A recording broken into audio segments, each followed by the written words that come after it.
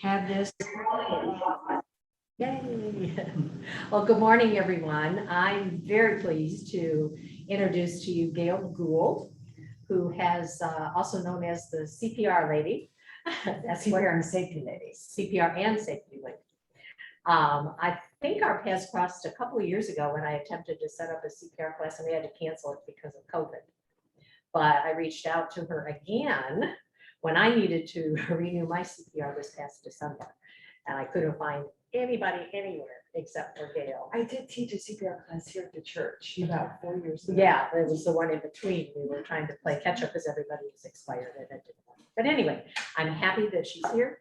And I don't think I need to introduce the topic. The handouts have done that beautifully. So take it away, Gail. Thank you, Linda. And thank you so much for inviting me to come spend some time with you and your community. So again, my name is Gail Gould. I have been a CPR instructor for 32 years. I am with, are we having some tech issues? We're just fiddling to try to get a best look. So Okay. you go. Keep Yeah, going. let us. So again, I'm with FitCore. I've been a CPR instructor for 32 years, trained 10,000 people to save lives. My mission is twofold. First of all, to CPR train as many people as possible because you never know when you might need to use it. Case in point, the Astroworld Fest. And the second part of my mission is that no parent ever have to lose a child to choking. So I'm here today for CPR demonstration. I will demonstrate infant, child, adult CPR. And I will also demonstrate what to do if someone's choking relief. And if we have time, I'll also demonstrate the AED, the automated external defibrillator. So I'm going to start with adult CPR. So if you look at your handout on the chart, it will give you these age guidelines. So in the CPR world, an infant is 0 to 1 year, a child is 1 up to 8, and 8 and up is an adult. So again, 0 to 1 is an infant, 1 up to 8 is a child, 8 and up is an adult. So 55 pounds and up is an adult in the CPR world. 55 pounds and up is an adult. So you have a 6-year-old or a 7-year-old who's weighing 60, 70 pounds, you could treat them as an adult. Conversely, you have a 10-year-old that's weighing 50 pounds, you could treat him as a child.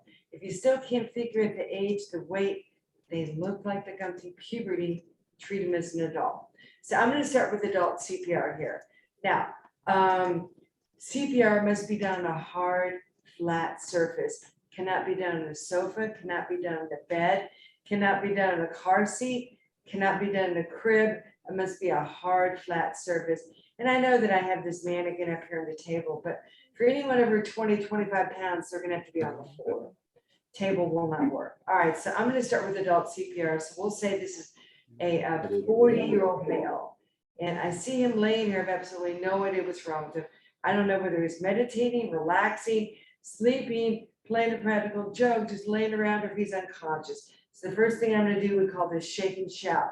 I'm going to go, hey, wake up. Hey, can you hear me? Hey, wake up.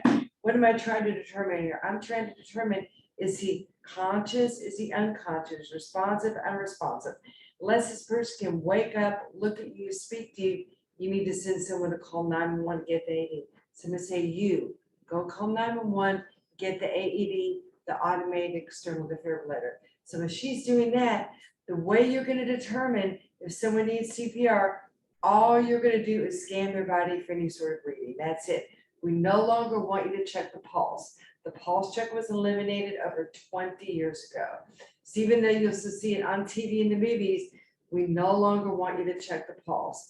The only people that should be checking the pulse are doctors, nurses, paramedics. So the way that you're going to figure out if someone needs CPR, you're simply going to scan their body for 5 to 10 seconds and look for any sort of breathing. If they're not breathing normally or they're not breathing at all, they are what we call cardiac arrest and they need CPR. So in order to get your hands in the correct position, you take one arm out front like this, take the other arm on top, stack one hand on top of another, interlock your fingers. Notice my hands and my arms are very straight. I'm going to place the heel of my bottom hand on the sternum, right in between the two nipples. And you can do this over clothing if it's thin clothing. If it's bulky clothing, you'll need to push it aside. But the heel of my hand is going to go right here on the vertical axis of the sternum, directly in between the two nipples. So here I go. and I'm gonna give her 30, or give him 30 compressions. 2, 3, 6, 7, 8, 12, 13, 14, 15, 16, 17, 18, 19, 20, 24, 25, 26, 27, 28, 29, 30. I'm compressing at least 2 inches deep, and the speed, the rate is 100 to 120 chest compressions per minute. So that's my C step. Now I'm gonna move to my A step, and A stands for airway. And for those of you that don't remember what the airway is, air enters your body through our nose, through our mouth. Then it goes through this long path all the way down to your lungs. So the entire pathway from your nose, your mouth, down to the lungs, the entire pathway is known as the airway. And what happens when people become unresponsive, the muscles of the jaw and the neck relax, and the tongue falls back and blocks the airway. Now, will she be able to breathe on her own if her tongue is blocking the airway? No. Will I be able to push air down into her lungs if her tongue is blocking the airway? No. So somehow I need to pull her tongue off the back of the airway. And the way you do that, use a technique called head tilt, chin lift. One hand on the forehead, 2 fingers on the bony side of the jaw, and you pull back. This head tilt, chin lift will, through the use of gravity, pull her tongue off the back of the airway. And sometimes this might be all you have to do for a victim. That would be a good thing. So now I'm going to move to my B step, and my B step stands for breathing. So in order to ventilate someone, in order to breathe for someone, the airway must be open. You pinch off the nose, I open my mouth really wide, make a tight seal between my mouth and her mouth. I'm going to give her 2 1-second breaths. It'll look like this. And I felt good air exchange. Both breaths went in. So I'm going to go back to my 30. And again, you would be on the floor, not on a table doing this. 10, 11, 12, 16, 17, 18, 19, 20, 21, 22, 25, 26, 27, 28, 29, 30, pressing at least 2 inches deep. Here's my A step, here's my B step. Let me do it again. Now you come down, you go really slow. You go 1, 2, 3, or you go super fast. The heart cannot fill with blood. So each time you compress, let the chest recoil all the way back up to its normal position. And the speed is 100 to 120 chest compressions per minute. 28, 29, 30. Open up the airway. So you do this 32, 32, 32, 32, 5 times. It's on your sheet, on your chart. 5 cycles of 32 should take you around 2 minutes. So you've done your 2 minutes of CPR. Nobody has arrived to help you. Paramedics are not here. No defibrillator here. What do you think you should do now? Rescan her body. She is still not breathing normally. What kind of arrest is she in? She's still in cardiac arrest.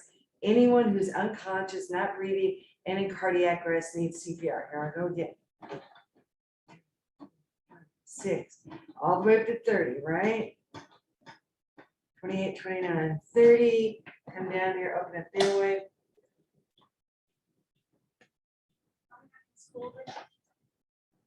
Good morning. This time, you're not going to stop after 2 minutes. The second round, you're just going to keep going. You may be going 10 cycles, 15 cycles, 20 cycles. What are you doing for the victim? You're hopefully keeping their heart, brain, and lungs alive until EMS, emergency medical services, can arrive. So you do not need to know why the person is in cardiac arrest. That's an emergency room issue. All you need to know about the victim is, are they conscious? Are they unconscious? Are they breathing? Are they not breathing? You have the slightest inkling they're not breathing normally, immediately start chest compressions. Okay. At this point, I would ask for questions, but since I've got it. Oh, all right. Yeah. Any questions? Good morning. No questions? Gallery. All right, so now let's go over child CPR. Now, a child is anyone between the ages of 1 up to 8. So this could be a 3-year-old, a 2-year-old, a 6-year-old, a 7-year-old, but I'm going to say it's a 3-year-old. All right, but in the CPR world, a child is anyone between the ages of 1 up to 8. So I'm going to shake and shove this 3-year-old. Hey, wake up. Hey, can you hear me?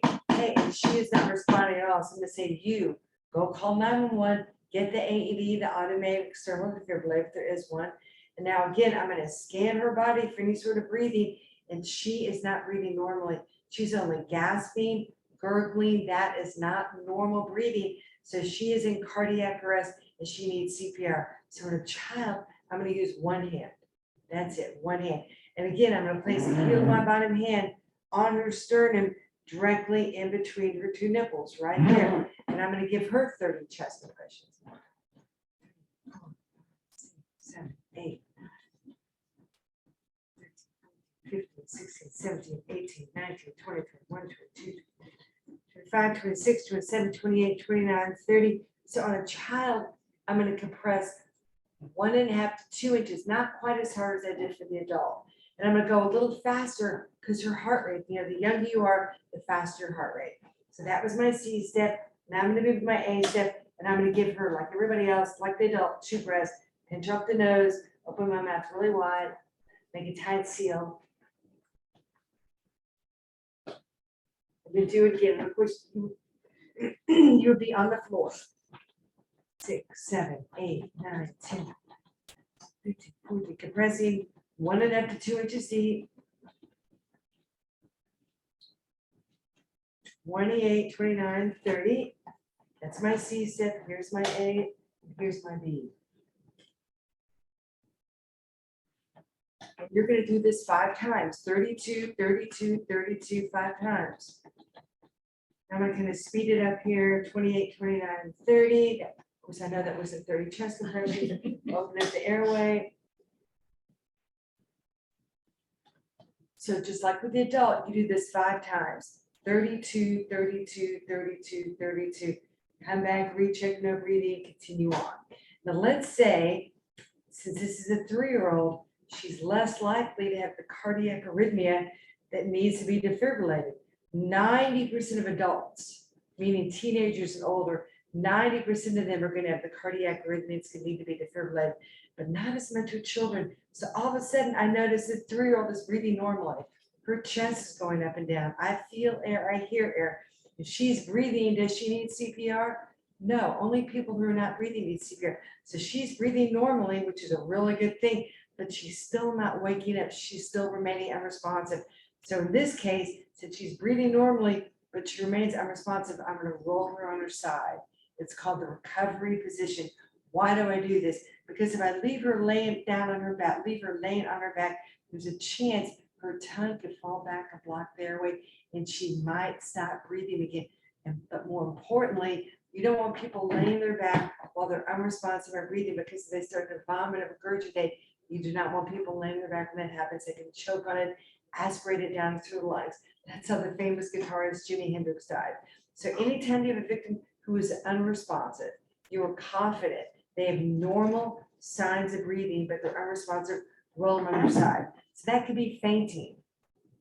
People faint because for whatever reason, the blood vessels in the brain widen, all the blood flows out of your brain, you're going to faint. Just because you faint doesn't mean you automatically stop breathing. So you must check all unresponsive victims of breathing. I had a pregnant woman, she was 8 months pregnant, passed out during CPR training, probably about 12 years ago. And she was very large. Everybody in the room got up and ran out of the room like they were running a race when she passed out. Because I think they thought she was going to deliver her baby and they wanted to give her privacy. And, she was very large, and then I needed help getting her down on the floor.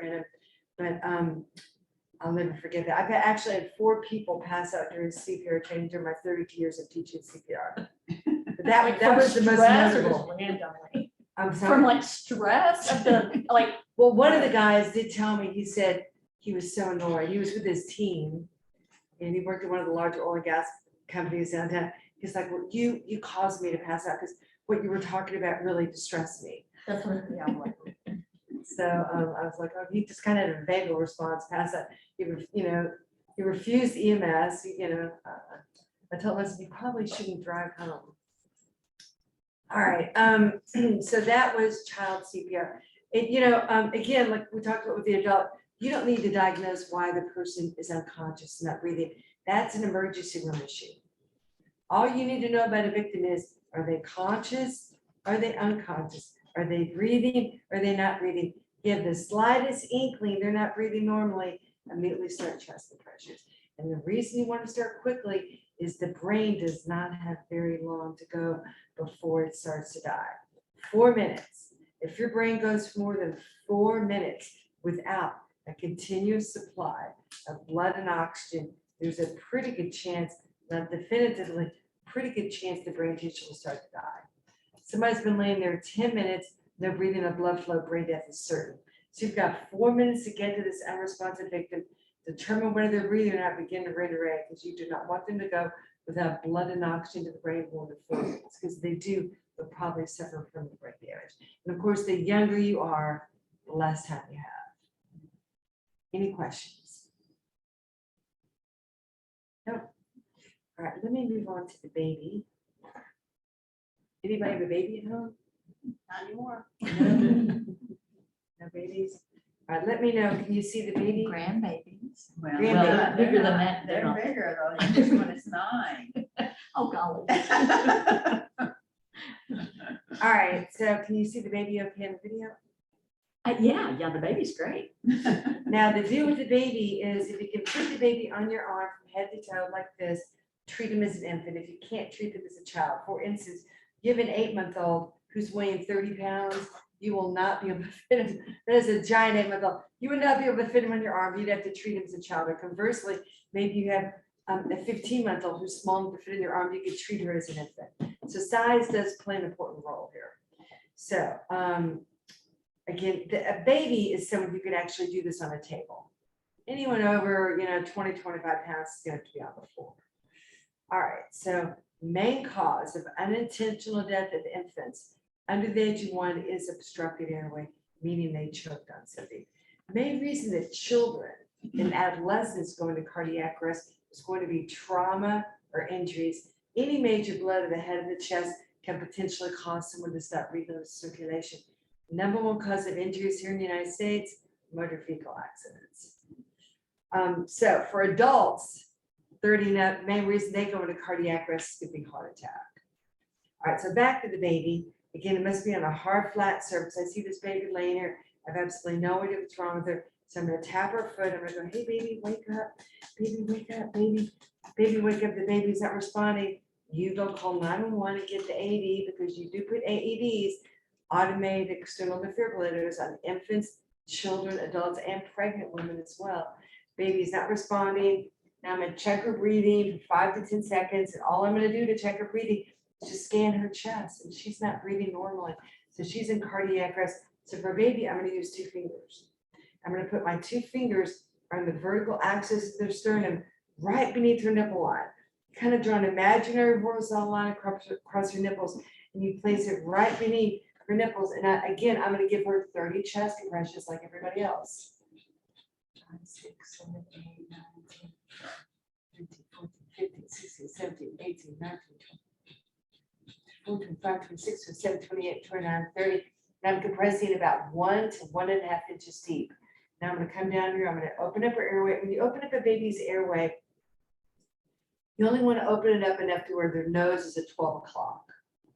And on the baby, you're gonna blow over the nose and the mouth. You're not gonna pinch your nose. Now I'm gonna give 2 little puffs of air, 2 little puffs of air, almost like you're blowing out a candle.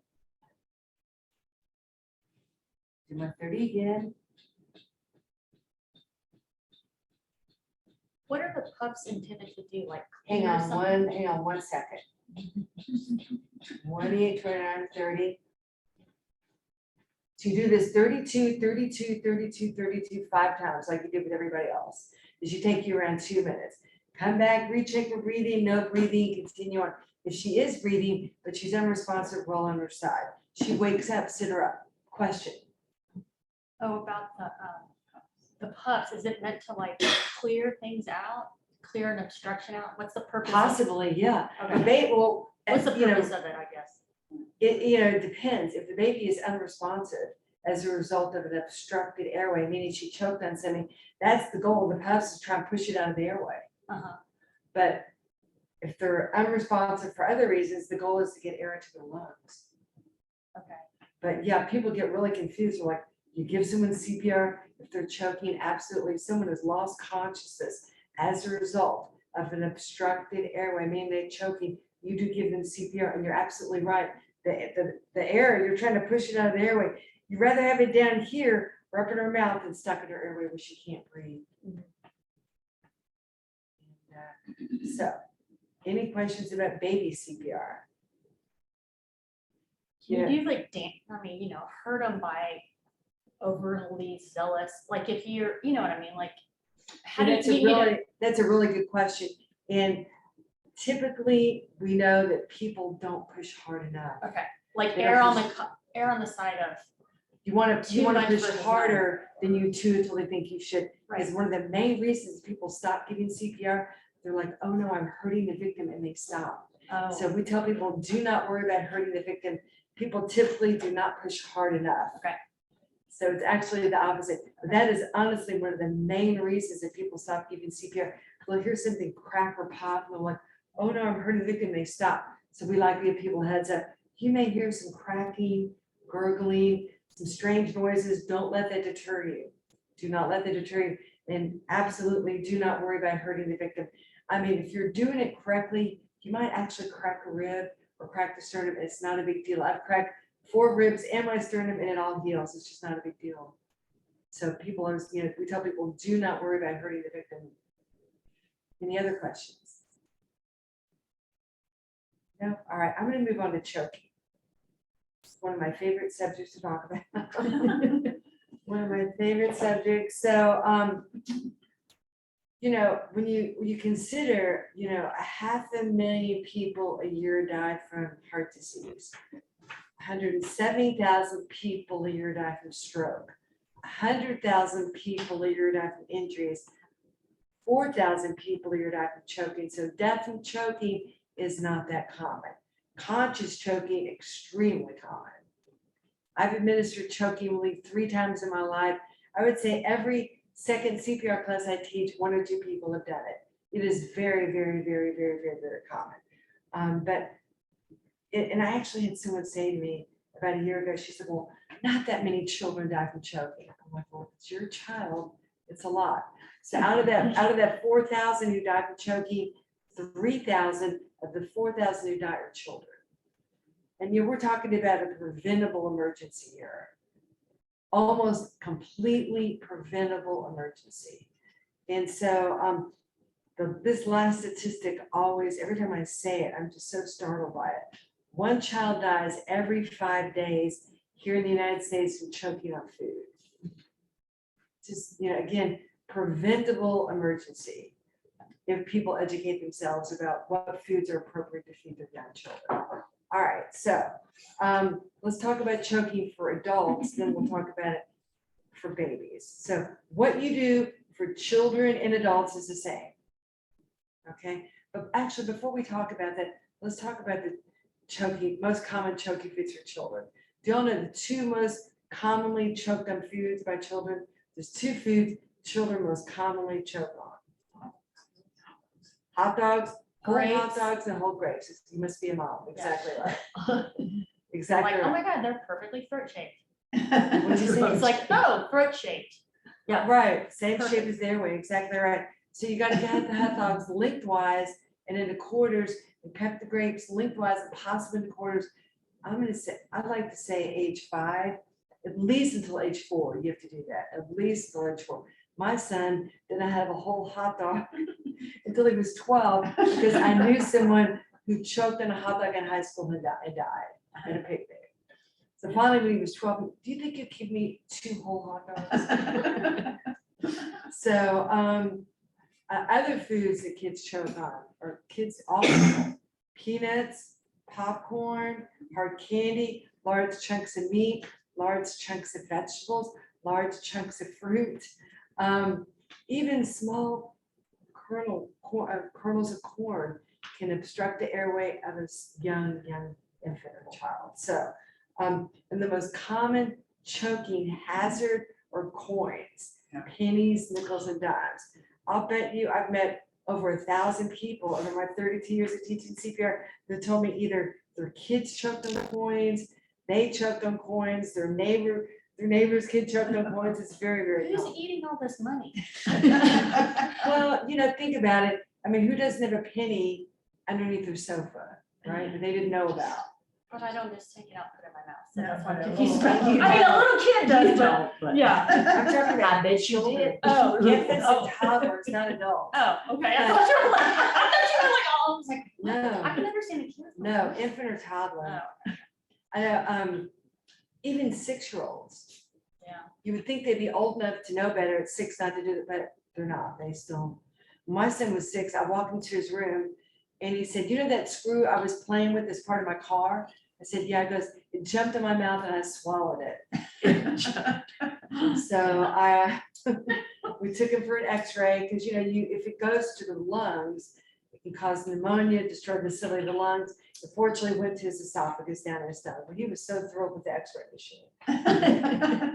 And you can see it. That was really exciting to him. So here's the guideline. If someone can forcefully cough, speak, or breathe, they are not choking, do not touch the victim. Let me say it again. If someone can forcefully cough, speak, or breathe, they are not choking, do not touch the victim. It's when they stop coughing or they give you a weak, ineffective cough, they have high-pitched crowing noises that sound like this. They can't speak very well. Excuse me, they can't speak very well, can't speak at all. They start turning blue around the lips and the nail beds. The older child or the adult may give you this, which is the universal distress signal. Help me, I'm choking. Then you know the person is a foreign body obstructing their airway and otherwise known as choking. This is what you do. So I'm gonna demonstrate on this mannequin. I'm gonna go, "Hey, are you choking?" This is anyone over the age of 1. This could be a 3-year-old, a 5-year-old, a 10-year-old, a 36-year-old, a 59-year-old, a 14-year-old, anyone over the age of 1. This is what you do. "Hey, are you choking? Can I help you?" And they shake their head yes. The little child may be doing this, clutching their throat. Choking is mostly silence. You're hearing very little noise, no noise at all. And "Can I help you?" And they shake their head yes. I'm gonna stand up. I'm gonna place the heel of my, you make a fist, you place your thumb inside the fist, place the thumb right above the navel, well below the rib cage, have them lean forward a little bit, give in and up, inward upward thrust, almost like you'd run the Nike swoosh, in and up. Each thrust with the intent to expel from the airway. This is what you want to do to anyone over the age of 1, and you're more likely to be doing this than you are CPR. I've done it 3 times successfully. I've literally talked to thousands of people who successfully administered choking relief. Again, I'd say every second to third class I teach, somebody has either received choking relief or they've administered it. And strangely enough, it's no longer called the Heimlich maneuver. Some of his research has been discredited, strangely enough, so we're calling it choking relief now, or abdominal thrust. And I did this to my son at HEB at I-10 of Bunker Hill about 10 years ago. We were shopping together, and he saw a friend of his, and all of a sudden I looked over there, throwing jelly beans in each other's mouths. I was like, oh my God, only boys would do that, right? And all of a sudden I saw my son's face turn beet red, and then immediately got very pale. I was like, oh my goodness. So I knew. I leaned over, 2 little threads of jelly bean came flying right out of the bread aisle. So, and he used to get really upset when I would share the story. "You're violating my privacy." But now he's kind of gotten used to it. So, all right. So that is choking relief for anyone over the age of 1. Everybody, all parents need to know how to do this. Absolutely, positively. All right. Let me show you choking relief on a baby now. Now, let's talk just a little bit about the difference between gagging and choking. And anyone that is an infant or toddler is very familiar with gagging. I don't know, have y'all heard of baby-led weaning? Have you heard of baby-led weaning? It is the new 21st century way to start your infant on solid foods. And it's all the rage on the East Coast and the West Coast. You talk to anybody in the West, any mom in the East or West Coast, they're using baby-led weaning. Down here, a few people are using, but what it is, instead of traditionally like we did with our kids, you give them purees, baby food, tiny little pieces of smushed food. You give your baby around 6 or 7 months old, you give them long strips of food, like a long piece of mango or a long piece of pasta or a long piece of avocado, and you let them feed themselves. And it's a really healthy way to start your child on solids. And they really gain a sense of satiety. They know when they're hungry. They know when to stop eating. They know when not to eat, when to eat. And it really is a healthy way to teach your kid to eat solids. But there's a lot of gagging going on, a lot more gagging. So parents have to be really comfortable with it and know when to step in and intervene. So gagging is not choking. A baby who's gagging will be very noisy. You will hear crying, screaming, cackling, gurgling. You'll hear a lot of noise. Their face will be beet red. Their eyes will be watery. They may even vomit. If you hold your hand right beneath their mouth, they may even spit the object up into your hand. Gagging is not choking. You do not want to intervene. Let the child work it out themselves. It's when they become silent, making very little noise or no noise at all. Their chest becomes concave. They're making a high-pitched crowing noise. That's when you want to step in and intervene and you administer choking relief. The saying I like to use, loud and red, let them go ahead. Silent and blue, they need help from you. So here's what you do for a baby who is silent and blue and not making much noise. It's probably best if you sit in a chair when you do this, but you won't be able to see me if I sit, so I'll stand. So you put the baby on your arm, her legs straddling either side of your arm, head lower than the feet at about a 45-degree angle. I'm gonna give her 5 back slaps. 1, 2, 3, 4, 5. Now, how am I gonna know if it came out? What's the baby gonna do? Scream bloody murder. You don't hear any screaming, you don't hear any crying, nothing in your hand. Turn the baby face up. Now, again, head lower on the feet. You're gonna give her 5 chest thrusts, same place where you gave CPR. 4, 5. Then you're gonna go look in the mouth, and you want to avoid putting your finger in the mouth and blindly fishing around. Because if you put your finger in there, the cavity of the mouth is about that big, you might accidentally push it farther down. So if you see it, take your pinky finger and sweep it out. Otherwise, keep your fingers out of her mouth. Nothing in there. 5 back slaps. 4, 5. I didn't hear anything. 5 chest thrusts. 1, 2, 3, 4, 5. Go look in the mouth, nothing there. And you continue to do these back slaps and chest thrusts until the object is expelled or until, God forbid, the baby becomes unresponsive, which at that point you would want to call 911 and start the steps of CPR. You do not need to call 911 for conscious choking if you know what to do. And I told these ladies the story when I first got here, but a month before the pandemic started, I met a loving Houston mom who lost her baby to choking. And she told me she was feeding her 8-month-old. The 8-month-old started choking. This mom did not know what to do. She ran to the neighbor's house. By the time she got back home, the baby had died. Oh, I know. I was just so devastated because how long did it take me to show you what to do? 5 minutes, 7 minutes? And so her story inspired me to create a digital course called How to Help Your Choking Child. No parent should ever have to lose a child to choking, ever. And so this digital course empowers parents, grandparents, teachers, and caregivers with the knowledge to know exactly what to do if their child is choking. I'm so proud of this course. I've never created anything digital before, and it's got videos, it's got quizzes, it's got handouts on what foods are appropriate to feed your child based on their age. And so and I'm really amazed at how many grandparents have bought it. A lot of grandparents have bought the course. So I'm so proud of it. I have a little handout there. It's the handout, the one you're looking at right there. Yes. And you can use that QR code. Just open up your camera on your phone and scan the QR code. It will pop right up. So that is My CPR. niece is pregnant and I'm gonna give it to her as her shower gift. Say it louder. My niece is pregnant and I think I should give this as her shower gift. You know, I've had people give it as a new baby gift. Absolutely. You know, we were talking before, all parents need to know how to do this. I personally think all parents should be required to take CPR before baby comes home from the hospital, but I'm currently not in charge. It's not a requirement, but all parents need to know how to do this. This mom, she and her husband are so brave. Oh my. She called me in November of 2020 and she said, I'm pregnant again. I need to take a CPR class. So she took my Zoom CPR. And it had to be so hard for her. And she and I forged this friendship over the tragedy of her child.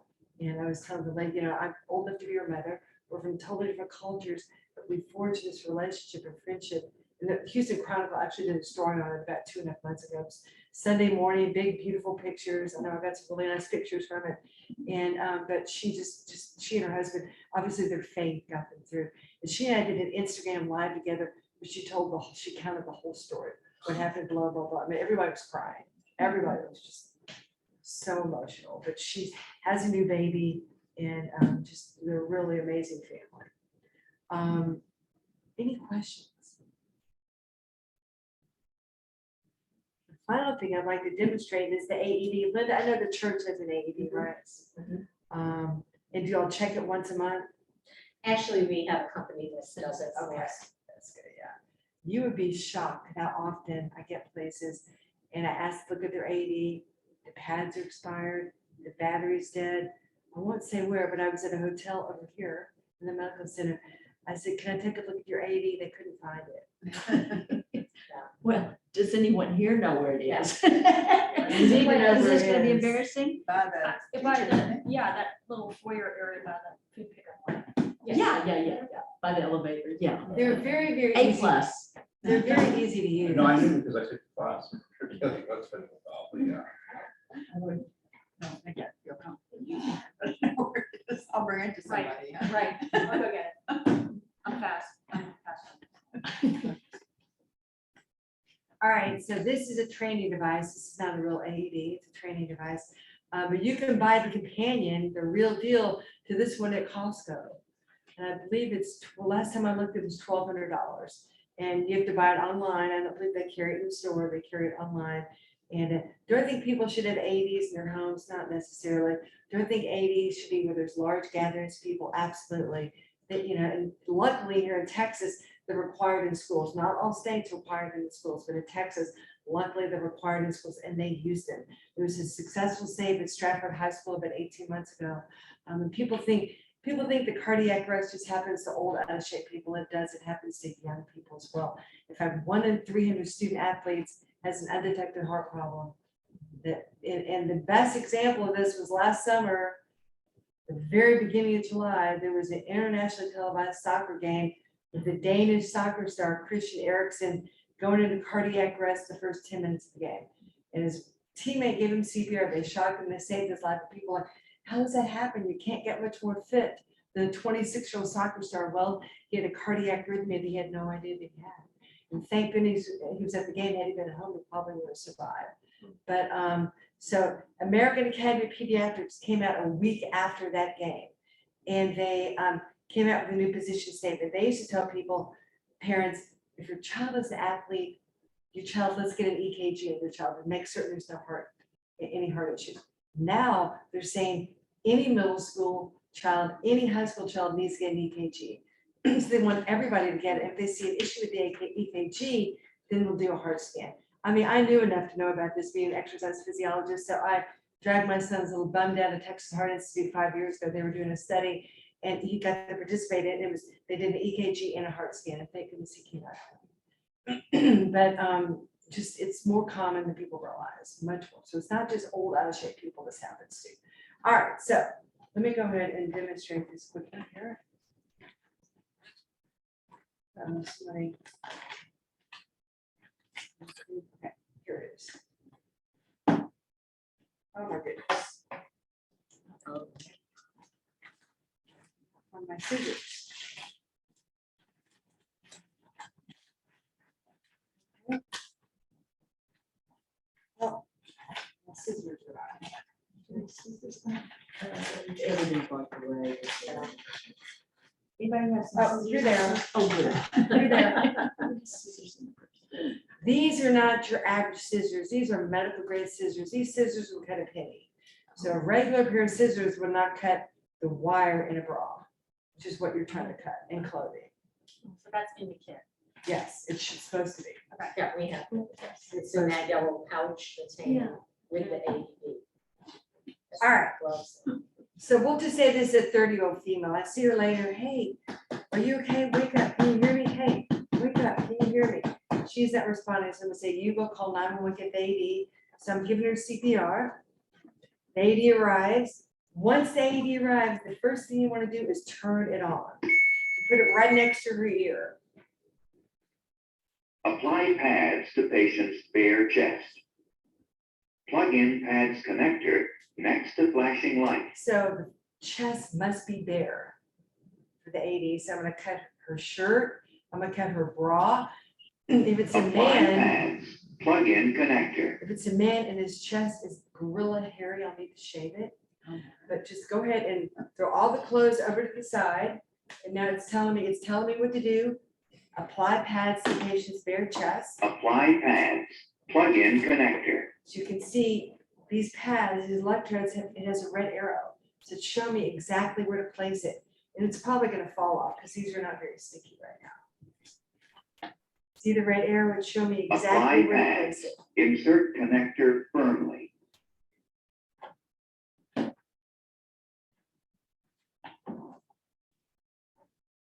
So I inserted the connector. Analyzing heart rhythm. Do not touch the patient. So it tells you when it's safe to touch patient, tells you when it's not safe. It just told me, do not touch Shock patient. advised. It's gonna shock her. Charging. Stay clear of So I'm patient. gonna say, I'm clear, you're clear, we're all clear. Deliver shock I'm gonna now. push the Press shock the button. orange button now. Normally you wouldn't lift it up, but I wanted everybody to be able to see it, so I'm gonna press Shock that. And delivered. her body will kind of jolt back, so I can see on TV. If needed, begin How CPR. do I know she needs CPR? If she's not breathing, what does she need from me? Anyone who's unresponsive and not breathing needs chest compression, so I would do this for 2 minutes, and then in 2 minutes, the machine's gonna come back on, it's gonna tell me, do not touch patient, reanalyze the patient, and might shock him again. So even though I should be compressing here, I'm gonna talk to you here, so who do you put the AED on? Anyone who's unconscious and not breathing, anyone with cardiac arrest needs an AED attached to them. Infant, child, adult, pregnant woman, anyone and everyone needs an AED attached to them. And how are you gonna know they're in cardiac arrest or unresponsive and not breathing?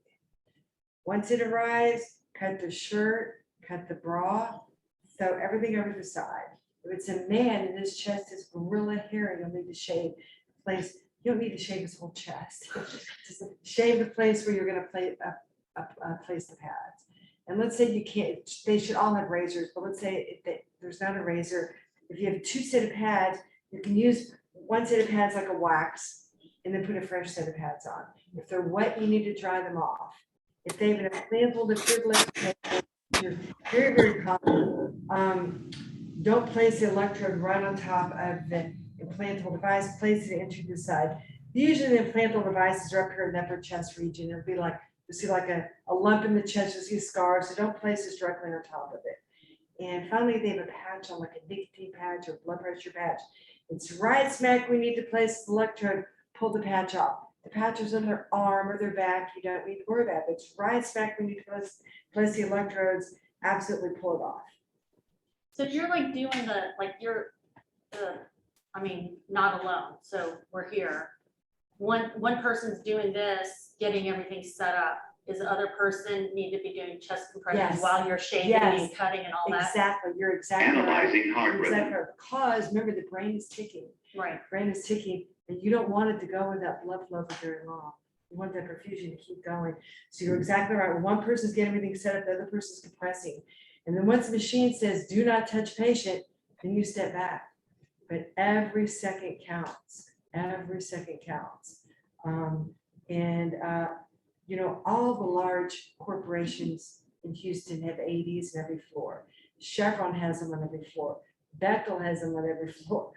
Quanta Services has them on the floor. In fact, Quanta Services, one of my clients, they purchased 3,000 defibrillators from a friend of mine. I was like, that's a nice commission. That's a new home. That's a new car. I mean, they have saved like 13 lives worldwide. They are so committed to safety. It is surprising when I go somewhere, they tell me they do not have an AED. That is a little surprising because, you know, schools and techs require AEDs.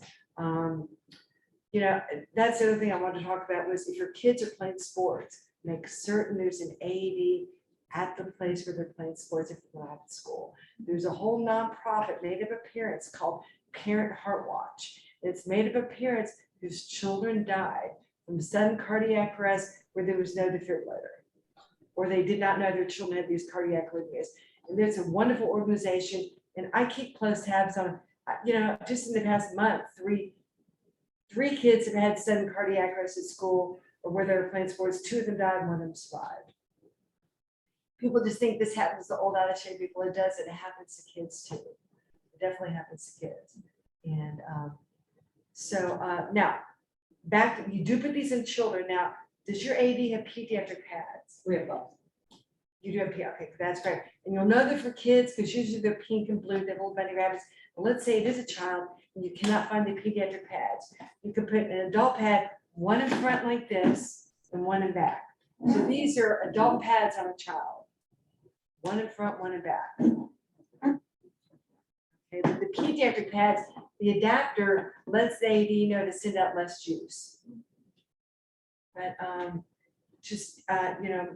more common happening to kids than you realize. So if you have children, if you have preteens or teenagers or grandchildren, talk to the pediatrician about getting an EKG. And I know there was a 13-year-old girl at Episcopal High School about maybe 28 years ago. She was playing lacrosse.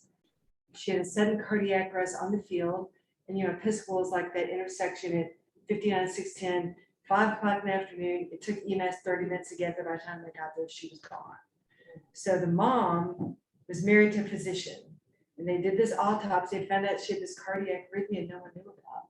So the mom, she no longer lives in Houston. She was just amazing. She set up a van with Memorial Hermann, and Memorial Hermann would go around to all these different schools and screen kids doing EKG, looking for arrhythmias. At each school, they'd find like 1 or 2 kids. And so that was her way of, reaching out to the community after the tragedy of the loss of her daughter. So really, really, really important. Again, another preventable emergency. Your kid gets screened, the school has AEDs, if the plan is in place. I know at Bechtel, we do mock codes like we do in the hospital, and just to make certain their plan is working. Because, pre-pandemic, they had about 7,000 employees. You go down to Allen Center, pre-pandemic, there were 10,000 people. They probably pulled their defibrillator out once a month and used it probably once a year. And, I know when the pregnant woman passed out during CPR training, it took Houston EMS 17 minutes to arrive because I was in the 51st floor, 14 minutes a minute. But internal emergency response arrived in 90 seconds, thank goodness. She was only passed out for about a minute, but thank goodness the internal people arrived in 90 seconds. So I'm so relieved to see that. Say the least. Questions? Because this is my area of interest and expertise, I guess, is gun storage safety. So like on these, Storage like safety? safely storing a gun in the home. Oh, Because in Harris County, children unintentionally shooting themselves or others, a second leading cause of unintentional death behind motor you're vehicles. absolutely right. And I know CDC just this week and AAP as well. Now it's the, in 2021 was the leading cause of death for children. It surpassed automobile accidents and cancer and everything else. Well, especially here in Texas. Yes. So number one, that's something that when I talk to parents, indoor safety is having a gun safe, and your nightstand is not a safe, but also in the car, it's a surprising amount of children, and especially toddlers, who find an unsecured gun in the mom's purse, the console, and they Oh my shoot God. themselves. Parents have been killed. Like, there's a number that more toddlers have shot people than, Well, you were absolutely correct. I'm so glad you brought that up because I'm going to add that to my indoor safety tips. Yeah. I think that this is about 6 months ago. I saw on the news, maybe a year ago, a 3-year-old at a birthday party shot someone or shot himself. Yeah. The gun fell out of someone's pocket. They didn't know he already shot himself. It happens actually, because I get all the alerts. It happens almost every day. Like in Yeah, in Texas, I haven't looked at the numbers lately, but, you know, I could find them and I'll be glad to do that sometime. But Do it's, you go it's out and a- make, do you go out and speak about this? yeah, it's called Be Smart, and the SMART is the acronym for parents, physicians, AAP, everybody. And it's, you know, safe storage, and, you know, so you just walk through the acronym. How did you get involved with this organization? I'm a founding member of Moms Demand Action, which is a kind of like Mothers Against Drunk Driving for gun violence. And about 2 years in, we're almost at a decade old, realized that like, you know, there was not that much like universal data, but realizing what a huge problem it is. And as gun sales have increased and training and regulations have decreased, more and more guns are carried in cars and purses on the person. And subsequently, the number of children unintentionally shooting themselves or other, and teen suicide have gone way up. And, you know, I'm like so guns glad you going brought into this up. schools are coming primarily from unsecured guns in the home from family and friends. You know, they're not going off and buying them, Right. they're from the home. But this leads me to my other questions, which I don't know at all. So say if it is someone gets shot, either self-inflicted or otherwise, and they are bleeding is the big part, but don't people go into cardiac arrest because of bleeding? So what would you do? I mean, that's a whole bigger You thing, have to but control the bleeding first. that's always the Yeah, priority. and you know, and it's so sad that the first aid videos now have to have a small section on gunshot wounds. Yeah. Which they didn't used to have, but basically for a gunshot wound, you pack it with sterile gauze, a piece of, you know, clean cloth, you pack it, you have to control the bleeding Yeah, before you give CPR, but absolutely someone can go into cardiac arrest from, you know, arterial bleeding, from massive bleeding. what about, I mean, like, what if it's more like superficial? Because I mean, I'm sure like the stress of something, or if like they get, I mean, it's all the same stuff, like say, just in the scuffle of movement, you know, somebody falls and whacks their head, you know what I mean? Like, so I guess it's not necessarily gonna be always bleeding related. It could be, you know, people trying to escape and they're, Any major blow to the head, the chest could potentially cause Yeah. circulation. You know, there was a 14-year-old who was a pitcher at a baseball game about 6 or 7 years ago, and he got hit in the chest yeah, I remember with a that. baseball ball, with a baseball, and he survived, but he was in the hospital for a month. It's called a common cordial cordis, and he, you know, and the sad part about that was that there was no defibrillator at the game. Isn't that how, like, what was it, Sonny Bono died, like when they hit a tree or Tree. something at high speed, like skiing? They died from the cardiac arrest from the Oh, it impact. happens every year in Colorado. Ugh, God. And it's just people, you know, lose control when they're skiing, and the snowboarders. Which is totally scary, which is why you don't listen to music while you're going down the slope, so you can hear the snowboarders right behind you. But yeah, I mean, any major blow to the head of the chest, but yeah, I mean, it's just, yeah, and I'm so glad you brought that up, because I definitely need to add gun control, gun safety onto this sheet, and onto, this actually came directly from the course. And yeah, there's just so much to think about, and I think that new parents, you know, when they're pregnant and they're getting everything ready for the baby, they're not thinking about gun safety. They're not thinking about choking. They're just thinking about getting their baby safely into the world. And that's why it's so important that all new parents need to know this. And that they, you know, prevention just plays such a huge role in all of this. Well, if you think about it, you know, like how, like a few children ingested, you know, detergent pods, and immediately there was like all this public awareness campaign and Right. safety labeling and all this stuff, yet like choking, which is one I always think about, and gun storage are, Don't get that. You know, I had people, when I got onto Instagram and put my digital course on Instagram, I had people say to me, this is so triggering. It's so scary. I can't, they're like, choking is one of the scariest things. well, And I had 2 girls buy the course, and they said, I'm too scared to click on it to start it. So I had to, I know, I was, so I had to encourage it, but I had no idea there were that many people that were so triggered by choking. People said, you need to change the name of the course, it's too scary. I had a marketing person tell me, I said, you know, it's exactly, the course describes exactly what it is. And you know, the thing about choking, if you know what to do, you know how to manage it, then it's not quite as scary. It's when you Right. don't know what to do. yeah. It gets really, really scary. But, you know, you bring up a good point. Prevention just plays a huge role, and people are not thinking about gun safety. When my son was young, before we go to people's homes, I'd ask them if their guns were locked up. You are way ahead of your time. Like I Wow. never even did until we created the course. Because it just never, I grew up around guns, so I just didn't register Well, and I didn't do it. The neighborhood we lived in, I knew everybody had guns. Yeah. Everybody had guns. We were the only ones without guns, so I knew, and you know, and then people, why are you asking it? Well, I want to make certain that they're, you know, locked up. And, yeah, I absolutely, Wow, you were way ahead. And maybe you're like gonna prevent, I just think it's like if you are. already in a I'm an old preventive- mom. But if My you're like son in a didn't come along until I preventive, was 49, so. yeah, So I was older and, you know, much more, you know, Julie, I can never pronounce it, Julie Lithicott Hines, the woman who wrote the book, How to Raise an Adult. She was a Oh, yeah. Stanford admissions counselor Yeah. that wrote a book about how parents will come, they like move in their child's dorm room with them. And the kid, you know, these are kids at Stanford, you would think they know. So she, and, you know, she and I had a little conversation on social media about a month ago. And, you know, she was, you know, let your kids walk themselves to school when they're 5 years old. I said, what? You can't do that in Houston. You know, and but yeah, I mean, I was just, you know, I waited so late. I came so close to not being a mom. When I was became a mom, I wanted to make certain that nothing went wrong. I wanted to be as safety conscious as possible. Some people might call that helicoptering. I just called it, you know, being a safe mom. But I did make my son start doing his own laundry when he was about 11. Yeah. You know, so he could take care of, you know, tons of chores, but walk yourself to school at age 5 or 6, let him, you know, that just didn't sit well with me.